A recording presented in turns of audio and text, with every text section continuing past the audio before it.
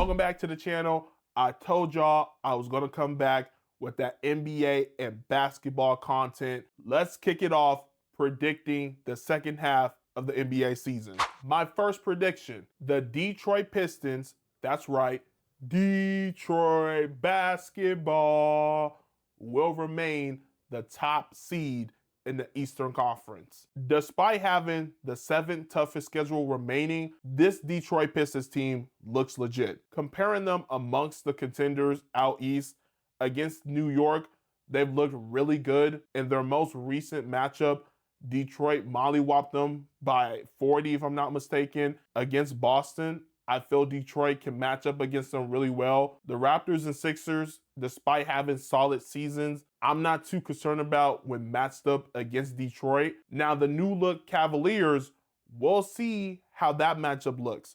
They have 2 matchups against them here down the stretch, and that will determine whether or not the Pistons can go all the way, which I will get into by the end of this video, so stay tuned. The biggest concern for the Pistons all season long has been their three-point shooting. That has yet to have a major effect on them. During the postseason, the game slowed down, and that might actually play into the advantage of the Detroit Pistons defense, which is top 3, by the way. And when you look at their brand of basketball, they play physical, in your face. They commit the most fouls per game on average. I guess one small concern would be the maturity level of this young squad. We saw before All-Star break that huge brawl between them and the Charlotte Hornets. Beastu will miss the first 6 games post All-Star break. During that stretch, they have games against the Knicks, Spurs, OKC, and the Cleveland Cavaliers. The Pistons are well coached. Shout out to JB Bickerstaff. As long as he can keep those guys' emotions in check, along with the players realizing there are bigger things at stake now with larger expectations, that unit should be good for the long run. Cade Cunningham is having an MVP caliber season, averaging 25 and 10 on a nightly basis. Combine that with the fact that they're playing excellent defense and they're starting to embrace that bad boy Pistons mantra. All those factors will lead to them winning regular season games, and they will gain home court advantage throughout their postseason run this year. Staying out east for my second prediction, the Charlotte Hornets will reach the postseason. Charlotte was the hottest team coming into the All-Star break. They won 10 of their last 11 games. They had one of the best starting lineups during that stretch. Plus, defensively, they were starting to find their groove as well. Charles Lee deserves a lot of credit for the improvement of this squad. They started off the year a little bit rocky, trying to find their footing. But now that the squad is healthy, we've seen them play some of their best basketball in what feels like the last 4 or 5 years. During that 11-game stretch, they were also a top 5 3-point shooting team. LaMelo Ball deserves a lot of credit for that because he's been amazing as a facilitator in this offense. He still has that street ball element to his game, but he's found a way now to mess that into the traditional point guard facilitating role. Brandon Miller has emerged as a serious scorer in this league. He's not only a great 3-point shooter, but he truly can be a 3-level scorer in this league. He has a nice mid-range game, can also get to the cup. And then Kawhi in his rookie season has been phenomenal. He will get some votes for Rookie of the Year. More than likely, Cooper Flagg wins that award, but you can't undervalue his role in production in the Charlotte Hornets' recent resurgence. More than likely, their path to the playoffs will be through winning the play-in. I don't see a world where they overtake the Raptors or the 76ers in that bottom half of the top 6 teams out east. I wouldn't be surprised if they become the 7th seed, if they win enough games here down the stretch to get into that 7th and 8th matchup in the play-in tournament. They're more healthier than the Orlando Magic. They've also been playing better basketball than them, the Heat, the Hawks, and the Bulls. So there's a high chance they finish as the 7th seed. I think I speak for all fans that we want the Charlotte Hornets to actually be the 8th seed, considering that brouhaha between them and the Pistons recently. Plus, that was the Hornets' lone loss during the last 11-game stretch. It would be an entertaining matchup, and I also believe the Hornets can give a good fight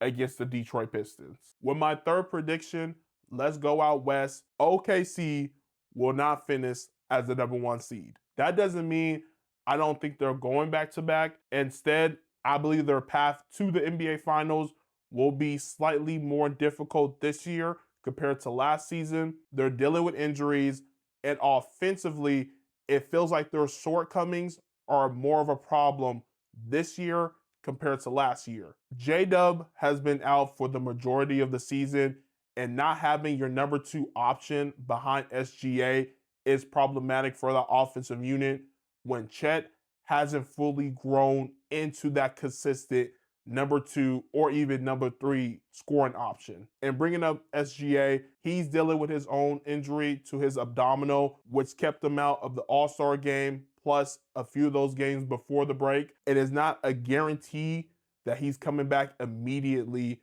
post All-Star break. Looking at the rest of the field out west, San Antonio, to me, feels more likely to become the number 1 seed. Wemby, Stephon Castle, Dylan Harper, De'Aaron Fox, and the whole entire team have the tools to be a number 1 seed out west. Not to mention, they own the tiebreaker over OKC. I'm not going to count out the Denver Nuggets just yet either. Although they've dealt with their fair share of injuries, if they can get healthy and get AG back, along with Cam Johnson and now Peyton Watson, I wouldn't be surprised if they go on to make a run down the last 27 games or so. And then Minnesota, although they've been up and down, they were like that last year. And then in the second half of the season, they went on to have a run.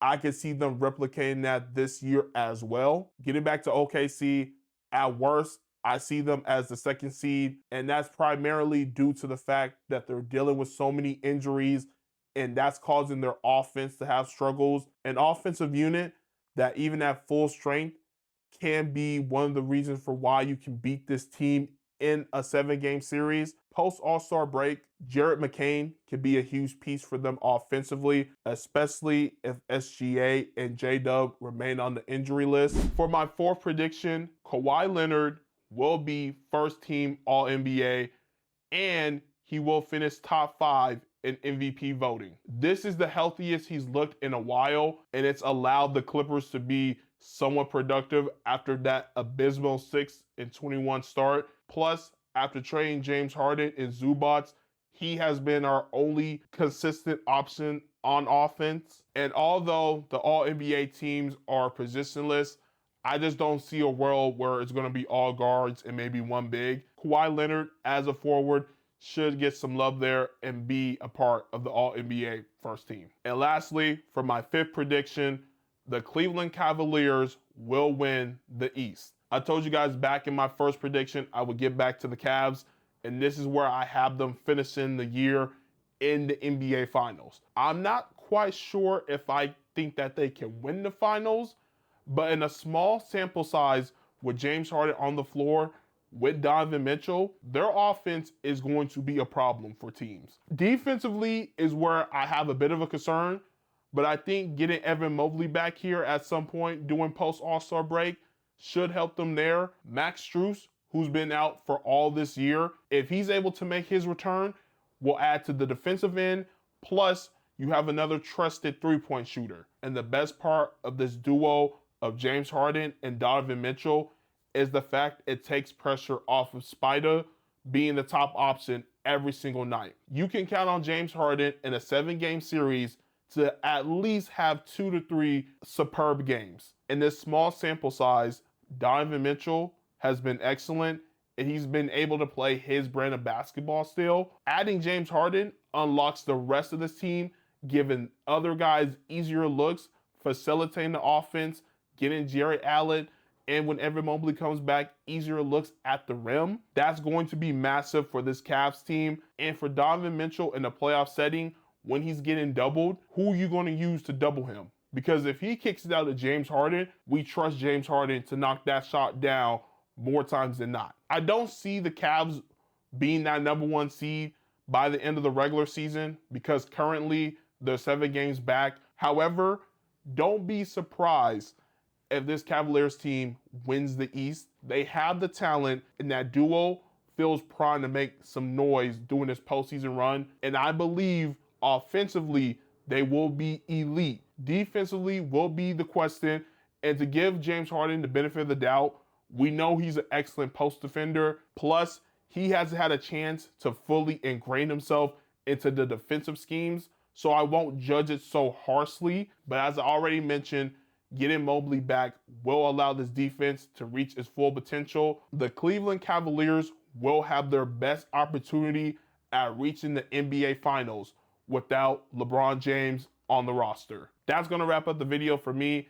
If you stuck all the way to the end, make sure you hit that like button, subscribe to the channel, get those notifications going, because there will be more NBA content along with basketball in the form of March Madness here soon. And if you're still a fan of the NFL content, I will make sure to sprinkle that in as the offseason is coming up as well. Don't forget to hit that subscribe button, and I'll see you all in the next one.